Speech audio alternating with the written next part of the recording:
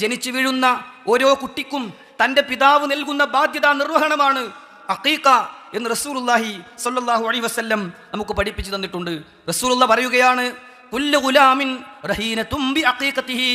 ജനിച്ചു വീഴുന്ന ഓരോ മനുഷ്യക്കുഞ്ഞും അവന് അഖീഖ അറുക്കാൻ ബാധ്യതയുള്ളവനായിട്ടാ ജനിച്ചു വീഴുന്നത്.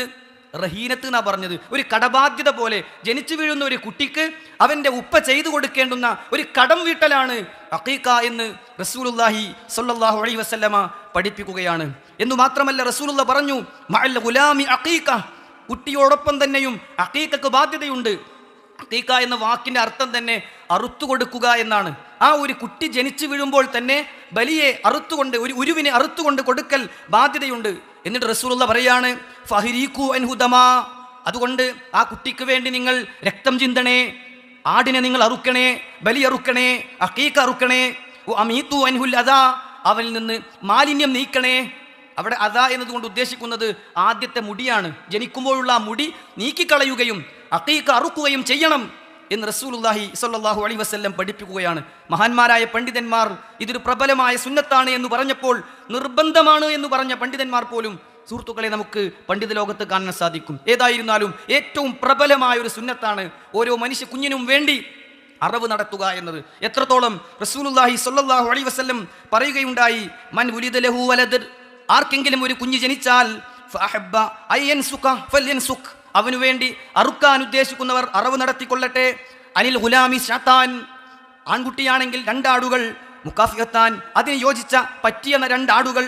അനിൽ ജാരിയത്തി ഷാത്ത്, പെൺകുട്ടിയാണെങ്കിൽ 1 ആട്, പെൺകുട്ടിയാണെങ്കിൽ 1 ആടിനെ അറുക്കുക, ആൺകുട്ടിയാണെങ്കിൽ 2 ആടുകളെ അറുക്കുക എന്നത് ഒരു വലിയ പുണ്യകർമ്മമായി റസൂലുള്ളാഹി സ്വല്ലല്ലാഹു അലൈഹി വസല്ലം നമുക്ക് പഠിപ്പിച്ചു തരികയാണ്. സഹോദരങ്ങളെ, എത്രത്തോളം അത് അവനിൽ നിന്നുള്ളൊരു കടം വീട്ടലാണ് എന്ന് പറയുമ്പോൾ പലപ്പോഴും നമ്മൾ എന്തിനൊക്കെ സമ്പത്ത് ചെലവഴിക്കുന്നുണ്ടോ ആ ഒരു പ്രാധാന്യം നമ്മുടെ മക്കളിൽ ആർക്കെങ്കിലും ഇനി അഖീഖ അറുക്കാൻ ബാക്കിയുണ്ടെങ്കിൽ അതിനുവേണ്ടി നമ്മളൊരു ശ്രമം, ഒരു ശ്രദ്ധ, ഒന്ന് പണം മാറ്റിവെച്ച് കണ്ടെത്തി ഞാനത് നിർവഹിക്കണമല്ലോ എന്ന ഒരു ആഗ്രഹം നമുക്ക് എപ്പോഴെങ്കിലും ഉണ്ടായിട്ടുണ്ടോ? ഇല്ലെങ്കിൽ ഉണ്ടാകണമെന്നതാണ് സുഹൃത്തുക്കളെ ഈ പറഞ്ഞതിൻ്റെ അർത്ഥം. അത് തന്നെ 7-ാം ദിവസം അറുക്കലാണ് ഏറ്റവും നല്ലത്.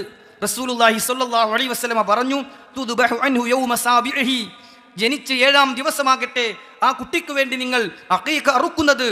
വയുഹ്ലഖു വയുസമ്മ, അവൻ്റെ മുടി നീക്കം ചെയ്യുന്നതും വയുസമ്മ, അവന് പേരിടുന്നതുമൊക്കെ 7-ാം ദിവസമാകട്ടെ എന്ന് റസൂലുള്ളാഹി സ്വല്ലല്ലാഹു അലൈഹി വസല്ലമ പഠിപ്പിക്കുന്നത് നമുക്ക് കാണാൻ സാധിക്കും. അതുകൊണ്ട് കഴിയുന്നത് ഓരോ കുട്ടിയും ജനിക്കുമ്പോൾ അതിന് പ്രത്യേകം ഉദാഹരണ സഹിതം പണ്ഡിതന്മാർ പറഞ്ഞു, വ്യാഴാഴ്ചയാണ് കുട്ടി ജനിച്ചിട്ടുള്ളത് എങ്കിൽ അടുത്ത ബുധനാഴ്ചയാണ് അഖീഖ അറുക്കേണ്ടത്, തിങ്കളാഴ്ചയാണ് കുട്ടി ജനിച്ചിട്ടുള്ളതെങ്കിൽ ഞായറാഴ്ചയാണ് അഖീഖ അറുക്കേണ്ടത്. അങ്ങനെ ദിവസത്തിൻ്റെ കണക്ക് പോലും പണ്ഡിതന്മാർ നമുക്ക് കൃത്യമായി പഠിപ്പിച്ചു തരികയാണ്.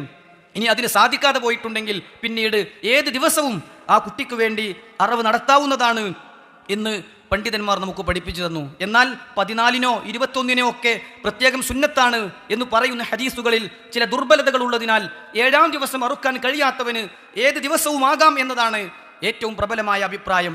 സുഹൃത്തുക്കളെ, ഒരു കുട്ടിക്ക് വേണ്ടി പിതാവിന് അറുക്കാൻ സാധിക്കുന്നില്ലെങ്കിൽ ആ കുട്ടിക്ക് മുതിർന്ന് വലുതായി തനിക്കു വേണ്ടി അഖീഖ അറുക്കാൻ പോലും ഇസ്ലാം ആവശ്യപ്പെട്ടിരിക്കുകയാണ്. Sheikh Muhammad bin Salih al Uthaymeen റഹിമഹുല്ലയെ പോലുള്ള, Sheikh Abdul Aziz bin Baz റഹിമഹുല്ലയെ പോലുള്ള പണ്ഡിതന്മാർ പറഞ്ഞു, ഫൽഅഫ്ളലു അൻ യഉഖ അൻ നഫ്സിഹി, അങ്ങനെ തനിക്ക് വേണ്ടി ഉപ്പ അറുത്തിട്ടില്ലെന്ന് ഒരാൾ അറിഞ്ഞു കഴിഞ്ഞാൽ അവനവന് വേണ്ടി തന്നെ അഖീഖ അറുക്കേണ്ടതാണ്. ഇദാ ലം യഉഖ അൻഹു വാലിദുഹു, പിതാവ് അറുത്തിട്ടില്ലെങ്കിൽ, വലൗ കാന കബീറൻ, എത്ര വലുതായിട്ടുണ്ടെങ്കിലും എത്ര മുതിർന്ന ആളാണെങ്കിലും, ഹാദാ ഹുവ സുന്നഹ്, അതൊക്കെയാണ് സുന്നത്ത്, അത് പ്രവാചക ചര്യയെ ജീവിപ്പിക്കലാണ്.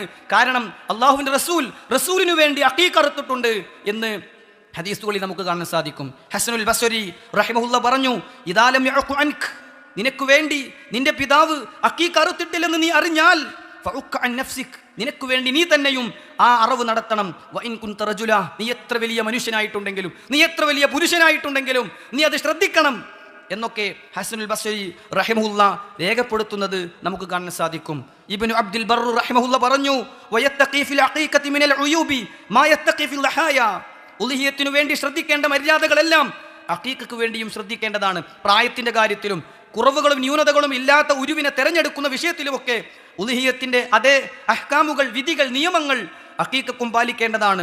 വയസ്ലുകു ബിഹാ മസ്ലക്കൽ ലഹായ യുഅക്കലു മിൻഹാ വയതസദ്ദഖു വയുഹ്ദ ഇലൽ ജീറാൻ, ഉളിഹത്ത് പോലെ തന്നെ അതിൽ നിന്ന് ഭക്ഷിക്കാനും അതിൽ നിന്ന് മറ്റുള്ളവർക്ക് ദാനം ചെയ്യാനും ഹദിയ കൊടുക്കാനും ധർമ്മം ചെയ്യാനും ഒക്കെ ശ്രദ്ധിക്കണം എന്ന് പണ്ഡിതന്മാർ നമുക്ക് പഠിപ്പിച്ചു തന്നു. സഹോദരങ്ങളെ, എത്രത്തോളം ആ ഒരു സമയത്ത് നാം നീക്കം ചെയ്യുന്ന കുട്ടിയുടെ മുടിക്ക് അതിൻ്റെ തൂക്കത്തിന് തുല്യമായ വെള്ളി ദാനം ചെയ്യുന്നത് പോലും വലിയ പ്രോത്സാഹനമായ ഒരു പുണ്യമായി ഇസ്ലാം പഠിപ്പിക്കുകയാണ്. അബൂ റാഫി റഹിമഹുല്ലാഹ് പറയുകയാണ്, അന്ന നബിയ്യ സ്വല്ലല്ലാഹു അലൈഹി വസല്ലം ഖാല ലി ഫാത്തിമ, റസൂൽ സ്വല്ലല്ലാഹു അലൈഹി വസല്ലം ഫാത്തിമ റളിയല്ലാഹു അൻഹയോട് പറഞ്ഞു, ലമ്മാ വലദത്തിൽ ഹസൻ റളിയല്ലാഹു അൻഹുവിനെ ഫാത്തിമ റളിയല്ലാഹു അൻഹ പ്രസവിച്ച സമയത്ത്, അഹ്ലിഖീ റഅസഹു, കുട്ടിയുടെ മുടി കളയണേ, വതസദ്ദഖീ ബിവസ്നി ശഹരിഹി ഫില്ലതൻ അലൽ മസാകീൻ, ആ മുടിക്ക് തൂക്കം വരുന്ന അളവ് നീ വെള്ളി പാവങ്ങൾക്ക് ദാനം ചെയ്യണേ.